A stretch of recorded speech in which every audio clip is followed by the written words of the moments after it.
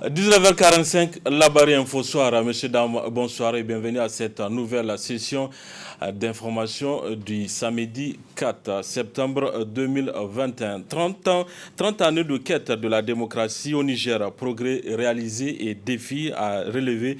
Tel est le thème d'une conférence débat à l'espace France Fanon d'Alternative Espace Citoyen. C'était hier après-midi. Le résumé de cette rencontre d'échange avec Ismaël Moumouni. Faire le point de la démocratie au Niger depuis la conférence nationale souveraine à nos jours, tel est l'objectif de cette conférence débat sur le thème 30 ans de quête de la démocratie au Niger, progrès réalisés et défis à relever. Une activité organisée par Alternative Espace Citoyen. C'est vraiment de relever le niveau de culture politique des jeunes. Vous savez que cette démocratie, aussi aujourd'hui, on est en train de vivre certains de ses acquis. Ça a été vraiment le fruit ou la lutte des combats menés par des jeunes dans les années 90. Et il s'est trouvé qu'aujourd'hui, avec le temps, beaucoup de jeunes ne savent pas comment en est-on arrivé là. Et donc notre objectif, c'est vraiment non seulement d'informer le grand public, de sensibiliser le grand public, mais notamment les jeunes à mieux comprendre vraiment et afin de relever leur niveau de culture politique, mais également afin de relever leur engagement citoyen à mener le combat pour la préservation des acquis démocratiques, mais également pour vraiment la préservation des droits économiques, sociaux et culturels. Compte tenu de la pertinence du sujet et du profil des panélistes, témoins oculaires de cette conférence nationale, les participants à cette activité ne peuvent qu'être séduits. Faire 30 ans, le bilan de 30 ans de quête de démocratie, c'est une bonne chose. Et là, nous sommes dans un contexte où il faut vraiment évaluer, s'arrêter, regarder ce qu'on a gagné, ce qui se passe actuellement, ce qui va se passer après. J'apprécie cette initiative si louable parce qu'elle rentre en tout cas dans le cadre de la concrétisation d'une véritable assise démocratique dans notre pays. Parce que nous avons un certain nombre d'acteurs qui ont été témoins d'un certain nombre de transformations politiques dans notre pays, en l'occurrence les ères des régimes de confusion de pouvoir jusqu'à l'avènement de la conférence nationale, ainsi l'arrivée de la démocratie dans notre pays. Professeur Maïko Rema, Zakari, historien, enseignant-chercheur, Ali Sabo, membre du bureau politique national du MSD Nassara, Moussa Tchangari, secrétaire général d'Alternative Espace Citoyen, tels sont les panélistes qui ont animé cette activité. Le siège du mouvement patriotique pour une citoyenneté responsable, MPCR, a servi de cadre pour la création de nouveaux syndicats à travers une déclaration. C'est un total de 6 syndicats qui se sont regroupés pour mieux défendre leurs intérêts communs. Le compte-rendu, le résumé de cette déclaration avec Boubacar Ibrahim et Nasser Seydou. Cette sortie médiatique marque l'agrandissement de la famille syndicale nigérienne du secteur de l'éducation. Ils sont au total 6 syndicats qui ont décidé de lier leur destin commun au sein du cadre de concertation des syndicats de l'éducation CCSE. À travers la présente union syndicale, le cadre entend renforcer sa position pour l'atteinte des objectifs énumérés dans leur plateforme revendicative.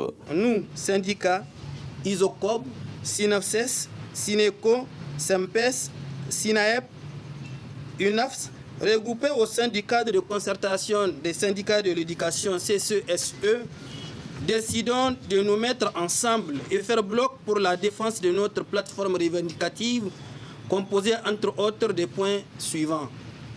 Le respect des clauses de partenariat, la fin de la contractualisation dans le secteur de l'éducation et de formation en recrutant tous les enseignants contractuels à la fonction publique. Le paiement à terme échu des pécules des enseignants contractuels et les salaires des DAP-CEG. L'instruction des promoteurs des écoles privées à payer intégralement les agents et les enseignants du privé même pendant les vacances. Respecter les ratios des enseignants permanents dans les établissements privés. Respecter la grille du paiement des frais de vacation. La mise en solde des promotions de DAP-CEG sorties de l'ENS et de Amir Sultan. Il ressort toujours de cette déclaration féliciter le gouvernement et les enseignants pour l'organisation des examens propres et crédibles, tout en condamnant certaines pratiques orchestrées par l'Office du bac dans l'organisation des examens du baccalauréat. Pour le bac, le cadre condamne les pratiques de l'Office qui consistent d'une part à envoyer des enseignants qui ne répondent pas aux critères car ne tenant pas de classe de terminale et d'autre part se réserve le droit de saisir la ALSIA pour investiguer afin de mettre à nu tous les réseaux mafieux qui opèrent à cet effet et qui empêchent aux vrais méritants d'être mis dans leurs droits le plus absolu. Il faut également noter qu'à travers cette déclaration, le cadre s'est indigné des coupures syndicales opérées par la direction des soldes du ministère de l'économie et des finances, tout en se réservant le droit de saisir la Halcia pour qu'elle cesse définitivement de telles pratiques. En plus de la médecine moderne, il existe une médecine d'état science du prophète Mohammed, paix et salut sur lui, et on constate une prolifération des pharmacies islamiques, ce qui a suscité ce reportage de Hamza Sakou et Sadou Doumi. La médecine prophétique est une forme de médecine islamique essentiellement basée sur les hadiths, c'est-à-dire les traditions attribuées au prophète Mohammed. Et c'est un marché qui s'installe un peu partout dans la ville de Niamey autour de ces produits prophétiques sous forme de ces pharmacies modernes, à l'image des pharmacies islamiques Ibn Sina et Darul Saada. Il y a beaucoup de médecins, des professeurs, des docteurs qui viennent ici pour se soigner. Donc, l'effet secondaire des produits chimiques. Les gens ont maintenant l'idée de la médecine prophétique. Comme elle est naturelle, son effet secondaire n'est pas beaucoup. Ou bien il y a des plantes même qui n'ont pas des effets secondaires. Donc pratiquement, on traite la majorité des maladies contemporaines ici. Wato bore si dan da ko har safare wona ya kan bore go goida amma on kon alhamdulillah bore lekle go feri zambi go do ara bon feri bobo ko en bore go do ara yadda zam bore kayan sorbo we ma ba an sare labu iga avion samu ko gi safar. Avant, les gens sont réticents à ce genre de traitement.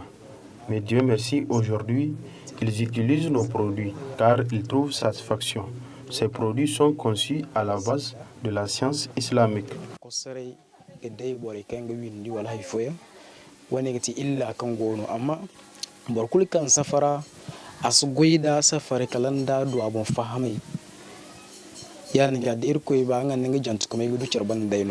Cette médecine traditionnelle se caractérise par l'utilisation des produits naturels à base de plantes et du Coran pour le traitement de plusieurs maladies.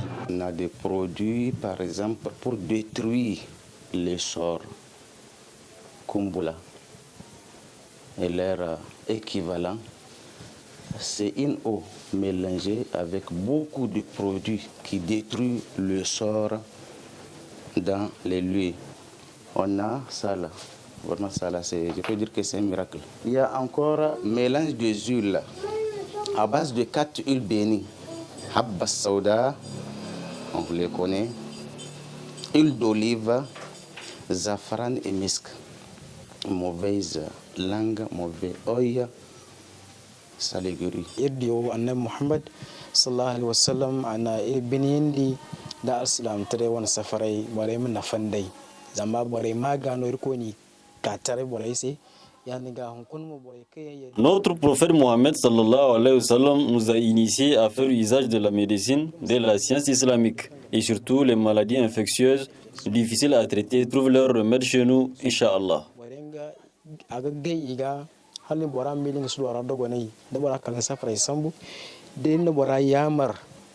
Il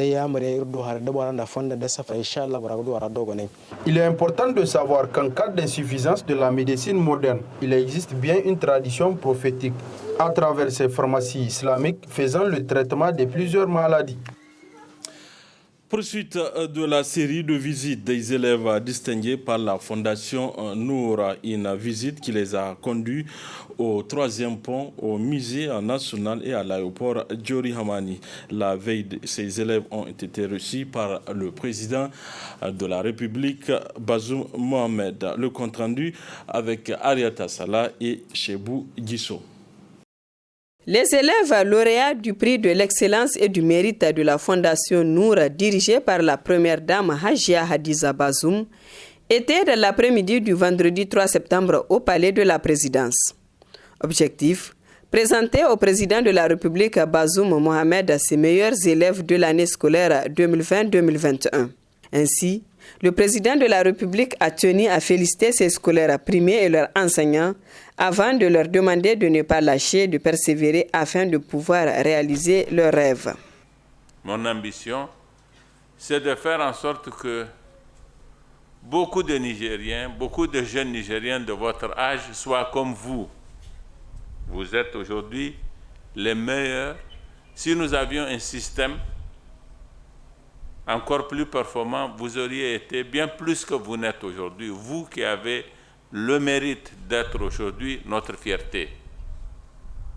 Et mon ambition, c'est de jeter les bases des réformes du système éducatif qui nous permettront de faire en sorte que les enfants nigériens puissent s'exprimer de façon aussi fluide que vous le faites, parce que j'ai suivi certaines de vos interventions hier, à une grande échelle, pas qu'une petite minorité de ceux qui ont le mérite qui est le vôtre aujourd'hui seulement soient à l'aise dans ce qu'ils font à l'école, parce qu'ils comprennent ce que leur maître les enseigne et le restitue à chaque fois qu'ils sont sollicités à cet effet.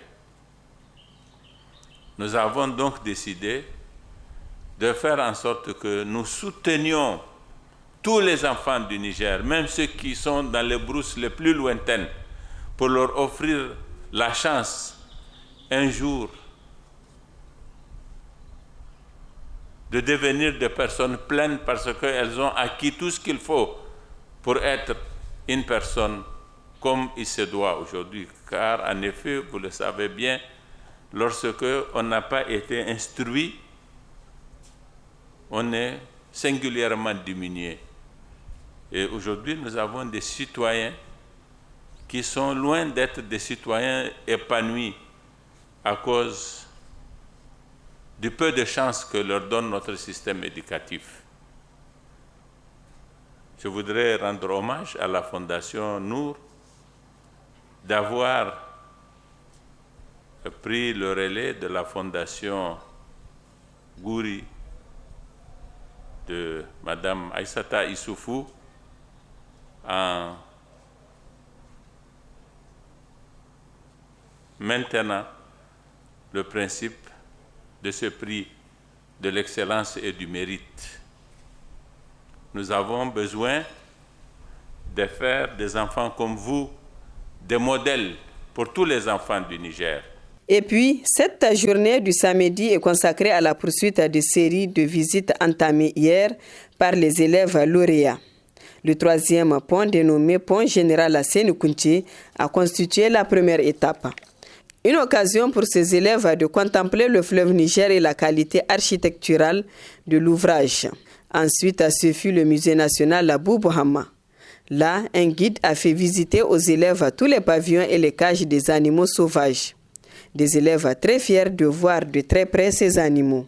Enfin, la visite a pris fin avec l'étape de l'aéroport international Diori Hamani, un aéroport entièrement rénové et qui répond aux normes des aéroports internationaux. Dans cet aéroport, les élèves primés ont eu droit à des explications sur l'ensemble du processus avant de prendre un avion, du contrôle des documents de voyage, à l'enregistrement des bagages en passant par l'embarquement.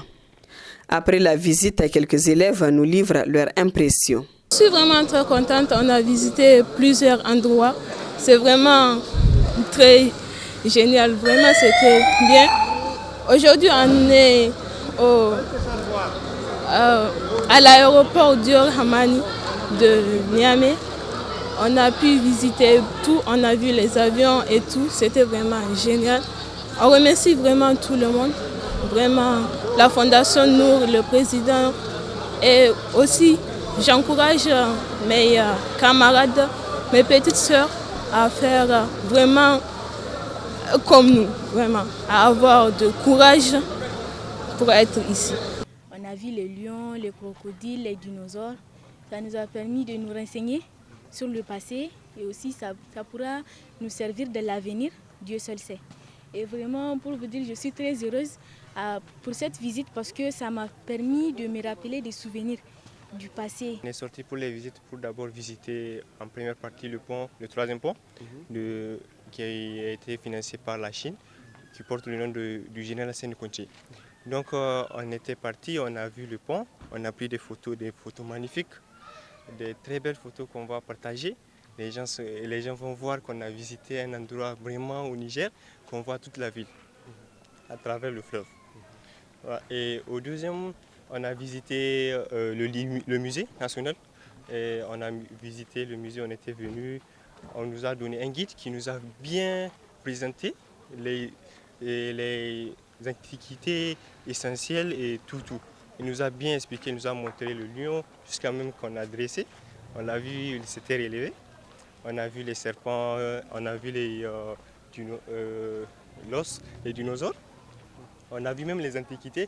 Moi, je suis Peul et j'ai vu les habits de Peul qu'ils portaient avant. Et je suis vraiment content. Ainsi, c'est par la visite de l'aéroport international Diori Hamani qu'a pris fin le séjour à Niamey des élèves lauréats du prix de l'excellence et du mérite de la Fondation Noura de la première dame Hajia Hadiza Bazoum. À Agadez s'est ouverte ce matin au titre de la région la campagne de plaidoyer sur les enjeux de l'actualisation des cadres juridiques protégeant les femmes et les filles des violences dans le cadre de la mise en œuvre du programme Spotlight au Niger, placé sous le leadership du médiateur de la République du Niger, Maître Ali Sirfi Mega. Cette rencontre de 2 jours vise à contribuer à l'amélioration du cadre légal réglementaire et son application effective avec les conventions internationales ratifiées en matière de lutte contre les violences faites aux femmes et aux filles. Le point avec nos confrères de la station régionale ORTN Agadez. Ce vendredi 3 septembre 2021, la salle de réunion de la Maison des Jeunes et de la Culture Laya d'Agadez abrite les travaux d'un atelier portant sur la campagne de plaidoyer sur les enjeux de l'actualisation des cadres juridiques protégeant la femme et les filles des violences. Ceci dans le cadre de la mise en œuvre du programme Spotlight Agadez et l'avant-dernière étape de cette campagne initiée par le médiateur de la République. Avec le soutien du PNUD, dans son discours de lancement, le secrétaire général du gouvernement d'Agadez s'est adressé aux participants en ces termes. Les médiateurs de la République, par ce plaidoyer, nous démontrent une fois de plus son ferme attachement à œuvrer pour un état de droit comme il l'a de reste toujours fait. Cet engagement lui a valu très récemment la décoration au grade de grand croix dans l'ordre national du Niger. Nous l'encourageons et nous l'exhortons à poursuivre dans ce sens. Mesdames et messieurs, la présente rencontre a pour objet l'amélioration du cadre légal et son application effective en matière de lutte contre les violences faites aux femmes et aux filles. À l'issue de la présente rencontre, vous ressortirez des recommandations pertinentes au titre de notre région pour l'harmonisation et l'application effective de la législation nationale en matière de violences basées sur les genres. Je vous exhorte donc à participer pleinement aux activités de cette rencontre afin que les solutions pérennes soient trouvées pour y remédier. Cette rencontre vise à contribuer à l'amélioration du cadre légal et réglementaire et son application effective avec les conventions internationales ratifiées en matière de lutte contre les violences faites aux femmes et aux filles, mais pas que. Le combat pour l'effectivité des droits de la femme est de ce fait un combat pour l'atteinte d'un développement socio-économique pérenne pour nos États. Car les statistiques nous le rappellent sans cesse. Les femmes constituent plus de la moitié de la population du continent africain. En les marginalisant, en les violentant, nos sociétés occultent l'apport certain d'importantes actrices du développement. L'enjeu de cette lutte est donc capital pour nos États.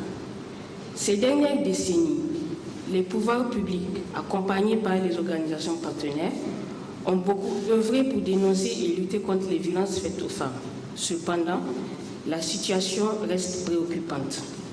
Notre rencontre dans la région d'Agadez réaffirme le fait que le combat n'est pas terminé et qu'il nous faut continuer à mobiliser l'ensemble des acteurs pour renforcer le cadre juridique pour la protection et la défense des droits des femmes et des filles. La conduite de cette mission par des membres du bureau du médiateur national de la République se justifie par le fait que ce dernier peut être saisi ou s'autosaisir des questions de défense des droits de l'enfant et des personnes vulnérables, dont les femmes, et surtout dans le contexte où le Niger a signé et ratifié des instruments régionaux et universels qui protègent la femme et l'enfant, notamment la Charte africaine des droits de l'homme et la Convention internationale relative aux droits de l'enfant. C'est également tout pour ce 19h45 de la télévision Labari. Merci à vous de l'avoir suivi. Au revoir.